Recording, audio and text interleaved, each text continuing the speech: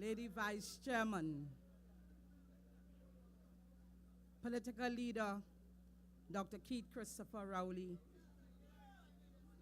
Chairman of our party, Mr. Franklin Khan, Deputy political leaders, Mr. Rohan Sinanan, Mrs. Joan Yule Williams, of course, our Lady Vice Chair, Mrs. Camille Robinson Regis, Mr. Fitzgerald Hines, prospective candidate for Laventille West, Mr. Adrian Leons, prospective candidate for Laventille East Mover, and I see the Labor Relations Officer, my good friend, Mrs. Jennifer Batiste Primus, Mr. Stuart Young, prospective candidate for Port of Spain North, St. Anne's West, members of the media, members of our executive, and to you, our PNM family. And let me start by saying I want to thank the police who would have put together our barricades and really assisted the operations committee here this evening. Thank you, police officers. My brothers and sisters, I thought long and hard as to what I will say to you tonight. And I got my response when I heard just 2 weeks ago the Minister of Housing, Mr. Rudal Munilal, on their public platform, described our leader as an angry, incompetent man.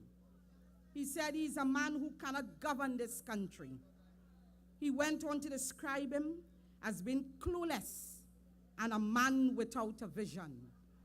Can you really believe this rhetoric? Also, too, I listened to the Prime Minister last night, who echoed the very same sentiments. But what they want you to believe is that this election is a fight or a race between Kamala on the one hand and Dr. Rowley on the next. And that is not so. This is a fight not between individuals, but a fight between parties, two parties. It is the UNC versus the PNM. And Prakash is somewhere in between. And let me tell you up front, you see this third force? Don't worry yourself. It is a total mockery. This third force was hatched in the bosom of the UNC. The UNC is well aware that the COP is dead and that those persons who supported them in 2010 would find great difficulty to lend further support in 2015. What Prakash has done with the COP, poor weak fellow he is to cause the loss of the identity of the COP. All because he sits in a so-called UNC seat and he is in the cabinet. So this third force, with all the usual recycled suspects from the COP, is really meant to deceive and confuse the public into thinking that this is a new party. A new what? And headed by whom? The former president of the Senate, Timothy Hamill Smith. But I want to ask Timothy a question tonight, wherever you are. Since when you care about the poor and downtrodden in Laventille? Since when you care about the poor people in Beetham, in Sealots, in Duncan Street, Nelson Street, in George Street? My brothers and sisters, the objective of this third force is to catch the votes of the disenchanted COP members and then do just what Prakash did and carry those votes back to the bosom of the UNC. Mr. Hamill Smith, I am calling on you tonight that this action, I'm calling out to you, that this action is deceptive, it is deceitful, and most disingenuous on your part. You see, we can see your plan. It is clear as daylight. But you know something? I know you have a tabanka, you know. Since Prime Minister Kamala dumped you as the president, you never got over. But I never knew that you had loved office so much, Mr. Hamill Smith. But I want to tell you tonight that this is decision time. And according to Mr. Reginald Dumas, it will be the nastiest election campaign this country would ever see. But I want to reassure you, my PNM family and the citizenry at large, that from this PNM's platform, you will be educated on the plans and policies which will guide Trinidad and Tobago for the next 5 years. And this will be done under the stewardship and guidance of our political leader, Dr. Keith Christopher Rowley. And let me tell you something. Over the last 3 years or so, and I was part of it, we spent practically each month in retreat preparing ourselves for governance. And we have examined every sector in this economy. And in the shortest possible time, next couple of weeks, our vision, our plans, our programs, our policies will be unveiled. So sit tight and you will hear what we were doing as we prepared ourselves over the last 3 to 4 years. So in my own deliberations, I thought that I should debunk those utterances of both Mr. Munilal and the Prime Minister. And so I want to have a heart-to-heart conversation with you on who is Dr. Keith Christopher Rowley. I speak in particular to the undecided voters, whoever you are and wherever you are. There comes a time in everyone's life when they must take tough decisions, and the time is now. Again, I repeat, this election is not between Kamala and Dr. Rowley, but between Team UNC and Team PNM. And we, as I said, we have spent over 6 months screening young men and women from every walk of life to be part of our team and to prepare us for governance. I will present you with a track record of performance that no other prime minister or sitting prime minister has been so groomed and so well prepared for the responsibility of the office of prime minister. Today, our nation is one that is in crisis. From May 2010 to now, as I speak, it is a continuing comedy of confusion, wanton wastage and corruption, spiraling crime, inequitable distribution of resources, and nepotism emanating from those who parade as government ministers. And you would recall that every step of the way, Dr. Rowley has pointed out to the citizens the lack of ethics and morality on the part of the government. He has highlighted the lack of leadership in the country, and he has shown us that this government fails to understand that ethical behavior requires that each minister should act in a respectful manner and should display basic moral principles. I do not have to repeat the many scandals of this government. We are all familiar with them. But despite all of that, this government has the temerity and the facetiousness to state that our political leader is unfit to govern Trinidad and Tobago. My brothers and sisters, there is a systematic and well-oiled plan to constantly demonize our political leader in the public domain. I want you to understand their game plan. It is simple. Attack the head of the PNM with full force, and the rest will fall. We, the PNM, must never allow this to happen. We must speak up and defend our leader. We know his track record of performance, of service, of loyalty and morality in public life. And further still, those polls that state that the Prime Minister is still highly popular, even though her government's popularity has diminished, is to be taken with a pinch of salt. I want to advise the Prime Minister, Kamala, tonight, that you will not be judged in 2015 on your popularity, but who is best fit to govern Trinidad and Tobago from 2015 onwards. Can anyone tell me or remind me as to whether anyone did an assessment of Prime Minister Kamala's fitness to govern Trinidad and Tobago back in 2010? No one did. She was too nice. Can anyone remind me as to whether Dr. Rowley launched any attack on this lady? The answer is no. This popularity talk is utter nonsense. It is primarily designed to distract the psyche of the innocent citizens. And then they use this as a launching pad to attack our political leader.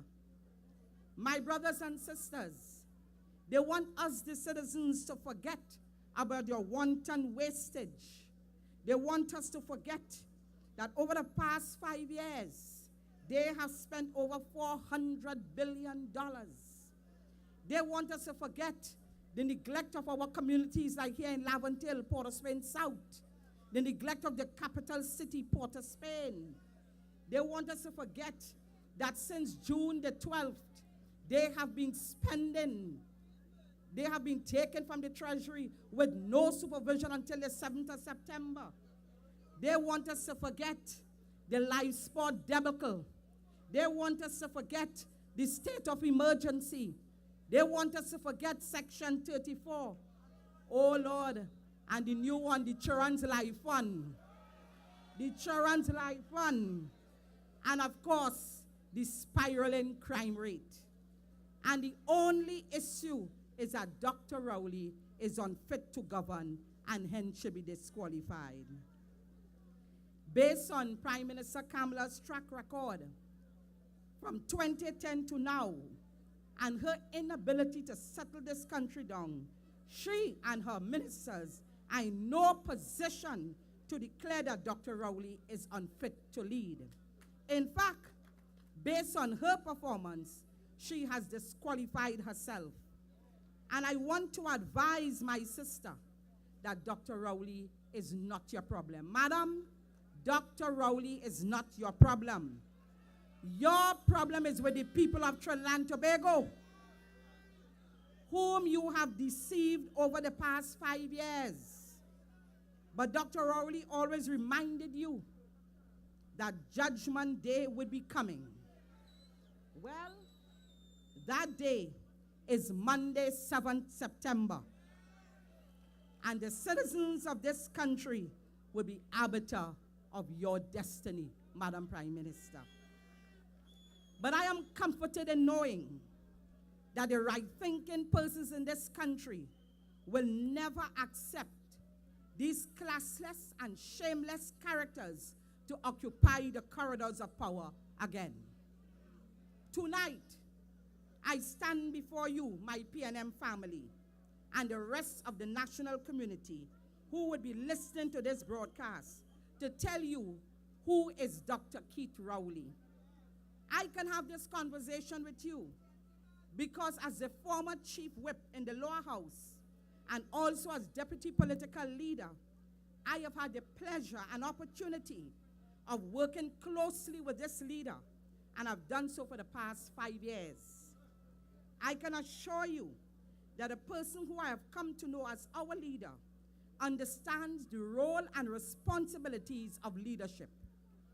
He exemplifies the unique attributes which are demanded of those in high office. We in the PNM have no doubt that, like all exemplary and forthright leaders, he has prepared himself to take on the mantle which he will be called upon to hold when the reins of leadership in Trinidad and Tobago will be honorably bestowed upon him. I have often heard my grandparents said, while I was growing up, that when you are building a house, if you want the end product to be strong, to be resilient, you need to start with a strong and sound foundation. In other words, you cannot get a strong house if it is built on a shaky foundation. Permit me to use this analogy to examine whether Dr. Rowley is prepared for the task ahead as Prime Minister. Let me examine his foundation. Let me see whether his track record of performance has prepared him to be strong, to be resilient, and as a consequence, can take up the responsibility of being Prime Minister of Trinidad and Tobago. His educational background.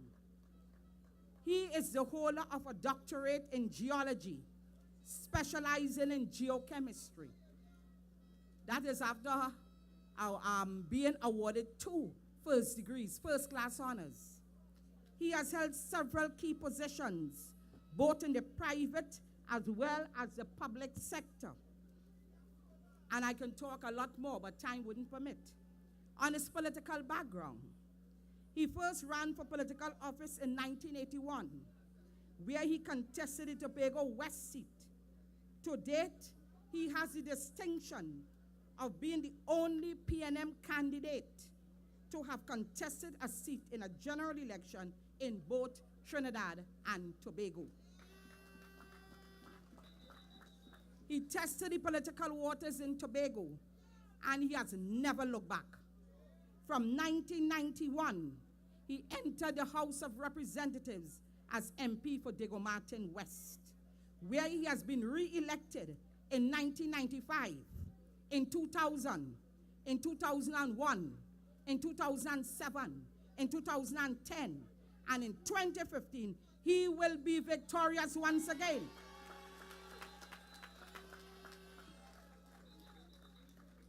So, I thank Tobago for giving us their son. And come Monday, 7th September, all Tobagonians, wherever you are, you will be proud as one of your sons will become Prime Minister for a second time.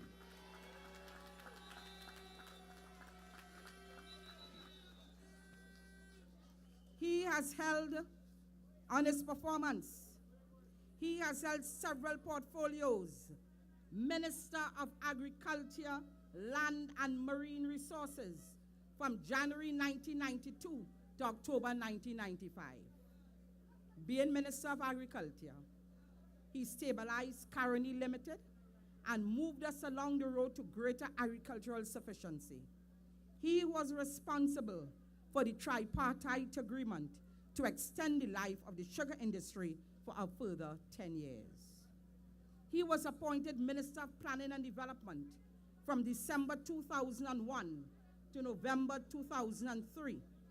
He was charged with the responsibility of developing Vision 2020, which was a roadmap for economic development for Trinidad and Tobago.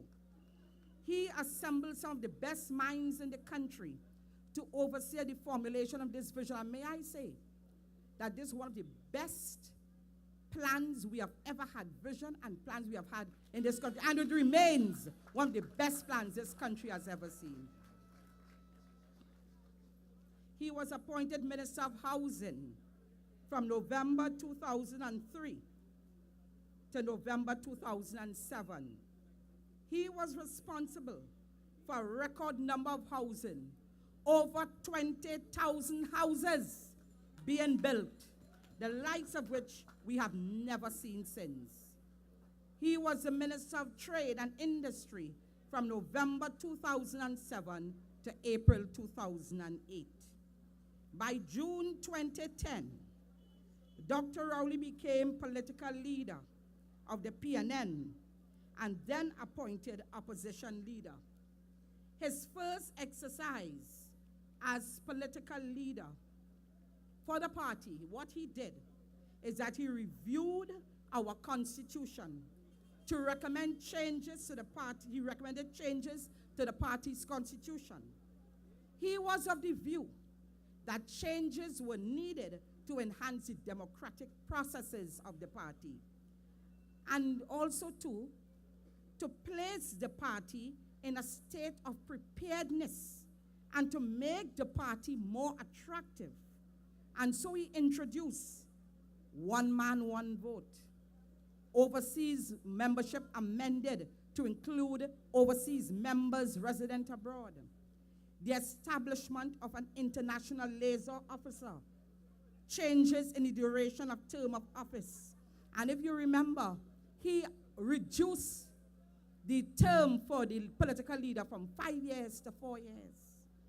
The removal of the veto power by the leader in the selection of candidates. The removal of gender distinction between the youth officer, male and female. As our leader, he has led us to several election victories in 2013. The THA elections, 12-0. Local government election, 8 corporations, and the St. Joseph by-election. My brothers and sisters, his governance style was seen by all from the very beginning.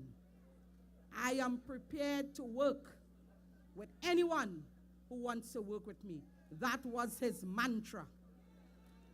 As political leader in the parliament from 2010 to 2015, he brought a treasury of experience spanning some 28 years, and that is why he is the most experienced and qualified person for the job of Prime Minister of Trinidad and Tobago. In the parliament, the first piece of advice he gave his team was, we will support any bill or measure that will redound to the benefit of the citizens of this country. And the very first evidence of this was voting in favor of the 2011 budget. Never before in the history of this country that an opposition bench has voted with the government re its budgetary measures. Over the past 5 years, under the leadership of Dr. Rowley, we were not an obstructionist opposition. We supported 89% of the bills passed in the parliament. And Dr. Rowley himself has contributed to over 70 of the debates in the parliament. What is Kamala's track record?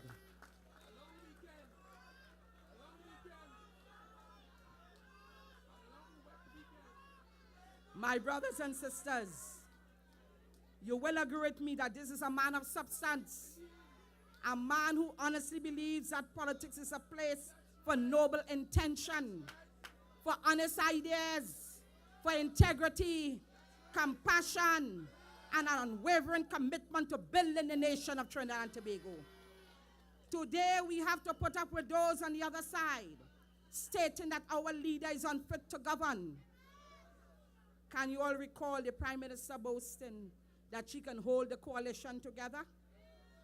Well, today, the MSJ left long time. The COP has been morphed into the UNC. The TOP is dead, leaderless. Jack has formed his own party. And the NJAC never got started and never had anything to say. They want to talk about governance? Then tell us, over the past 5 years, why did you fire 25 of your ministers? It clearly shows a lack of proper judgment of character and the ability to evaluate a person's capacity to do the job. So I want to put out a public challenge today to the UNC to demonstrate to the national community who amongst them can boast of such a track record in and out of the parliament. Which one?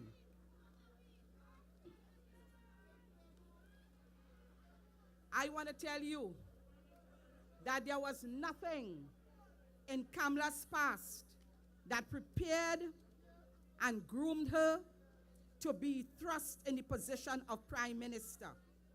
According to her beloved former chairman of the party, former Minister of Works and National Security, Jack said her qualification and state of preparedness in 2010 was that she was the least of the evils amongst the group.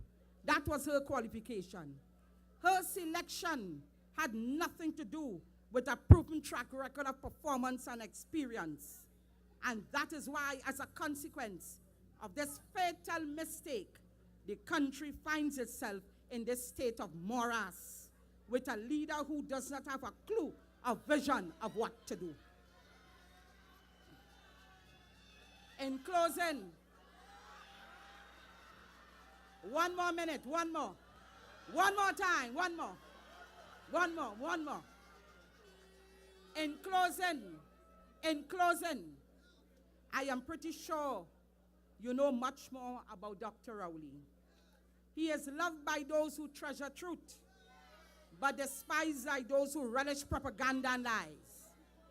He is respected by those interested in the fight for justice and equality, but he intimidates those who thrive on discrimination. He does not seek to buy integrity, but he earns it. Today, he stands 10 feet tall, one of the most experienced and well-groomed politicians. I call him a prime minister in waiting, and we all must salute him. He has grown before our very eyes for the past 28 years. He has come to us standing on the shoulders of some of Trinidad and Tobago's best prime ministers, Dr. Eric Williams, George Michael Chambers, Patrick Manning. And I want to tell you, with Dr. Rowley at the helm of the PNM, one thing you can be assured, that by the grace of God, Trinidad and Tobago shall overcome. And on the night of the 7th of September, gather in your numbers at Balize House, and we will sing in unison, great is the PNM, great is the PNM, great is the PNM, and we shall prevail. A new day dawning, inviting, calling, no time for stalling. Let's go, wake up everyone who's sleeping.